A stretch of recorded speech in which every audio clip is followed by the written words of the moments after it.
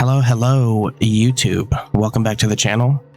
I probably sound a lot more different than I normally do, and that's because I just woke up. Today we'll be taking a look at a bunch of the Genesis edits I've made over the last 2.5 weeks, mostly because I haven't had enough content to put into a video form. Most of the changes are super minor, but I want to go over a couple of them and some of the bigger changes I've made over the past 2.5 weeks just to highlight what we've got going on. So first off, we'll start off in the character creation screen. You know, my guy always being super buff. What I did off the bat is that I went through and I removed all of the faces plus from character generation. So what I did was I changed, so instead of up here in the top right hand corner was what we're looking at, instead of having, I don't know, there was something like 100 some odd faces, 140 some odd faces from faces plus. What you have now in the character creation options are really high quality faces, which will allow players to better create something that's more representative of them without flooding everything. You have the radiant faces here. I do apologize about the glint. If you guys have never seen this is from Kindred graphical overhaul that he's working on. You have Chad's unique face, Greenfinger, you have Luquin, Hat, you have Stubbs, Mimoso. I did this for Greenlanders, I did this for both male and female, I did this for Scorchlanders, and I did this for Sheks. Now, I didn't remove the faces, I just hid them from being playable. And the reason I did this is because, as a bunch of players pointed out to me while they were testing the beta versions, is that it makes it really hard to go through and start a new game because it gives you too many options. I went through, I cut down all the faces pluses, and I made them non-playable. And one thing I want to start off with showing you guys is, as you guys may know, we've had the faction shields in Genesis for a very long time. And one of the things that kind of was a little sad was that they never spawned on characters. NPCs, like the United Cities, actually spawned with their faction shields. So now you have the United Cities, and this is if I open up the developer menu and I go into his inventory, it's now a shirt variation. But so you have the United Cities will spawn with theirs, the Shek will spawn with theirs, and the Thieves Guild, as well as the Shinobi Guards in Mongrel, will spawn with theirs. We can jump over to the grid real quick and we'll jump over to the Spire. What I did was I went ahead and I fleshed out the entirety of the Spire. This should spawn these guys in. Added a bunch of the new skeleton sub races, so now they have enforcers along the gates. I fleshed out, as you can see, I added the post-ancient workshops back in. They act like factories, and much like in vanilla, they'll have P4s occasionally. So you, for the most part, will get your engineering research from here. And the way I want to do the Spire is as part of a Tech Hunter Machinists questline.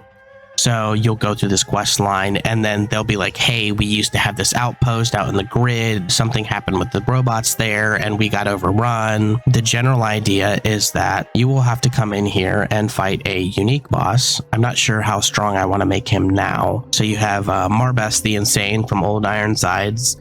Once you defeat him, you'll lock him up at a player page or whatever, and then recruit him, and then you'll go to the Machinists with him, unlock new dialogue, and he'll be like, yeah, I went crazy, blah, blah, blah, something, signals, radio signals, something, and then the Machinists will take this over. And once they take this over, that's when you'll be able to start buying skeleton parts en masse. You'll be able to buy, like, repair kits at cheaper prices. You'll be able to buy, you know, robotic animals and stuff like that. I did finally go through, I still have yet to hear anything negative from the new updates, but I did finally go through and I added in a bunch of ruins back in. I polished out a bunch of the existing ruins, like down here in Bast, all the ravaged hamlets, they now spawn with not necessarily like worthwhile loot, but if you're going through the area, it's worthwhile given the new tech update. I edited the lure a bit. I added in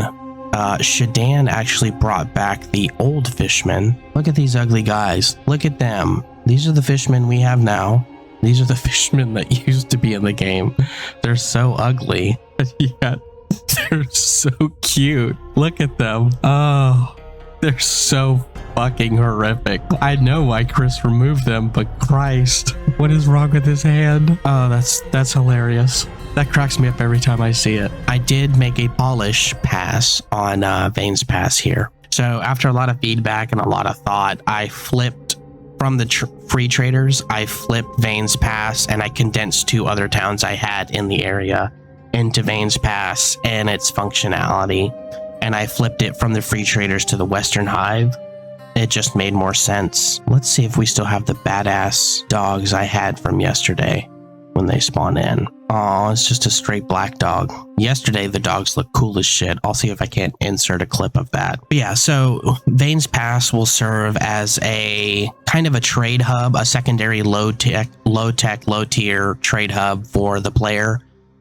So you'll have, and they're about equidistant. So you have Vane's Pass, you have Squin, and you have the hub. They're about equidistant from each other. So it should create a good, healthy trade route for the player. You still have Raven Rock. You've got a bunch of new shops here and a bunch of old ones. I went ahead and I've swapped these 2. Well, technically the Lost Lab Outpost was somewhere over here in vanilla, but I moved the Infested Lab up here. I edited its interior and polished that out loot wise.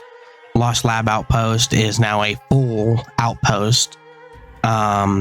So players will find a lot of loot there. A good reason to go to the swamps. It actually may be a bit overpowered. I'm trying to think if I'm missing anything from yesterday's video. I don't think I am. Oh, Mudtown. Let's jump over there real quick. I actually did a video on this before, but I did change how Mudtown spawns. Originally, I had it as a human settlement.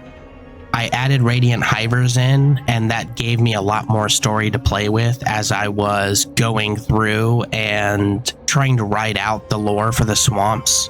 So now what you have is you have a Southern Hive offshoot that were diseased and exiled. They were going to die, blah, blah, blah. So they were exiled from the Southern Hive, and they eventually settled into the swamps. So you still have your body paint on, the low-tech mud stuff, and then you also have the black carapace armor. And so the general idea is that eventually you'll talk to the queen in her broken dialect. And then she will try and basically explain that you should recruit their doctor, and he's fighting off this infection. This infection he knows will kill him, but he doesn't really want to leave the hive without a good purpose. You end up recruiting him, and then the hive dies. If you guys like the update video, go ahead and leave a like, and if you guys have any more questions and want to comment, go ahead and do so down below. And if you guys would like to, I would recommend that you do join the Discord, as I try and keep everybody up to date there. Thank you everybody for watching, and have a good day.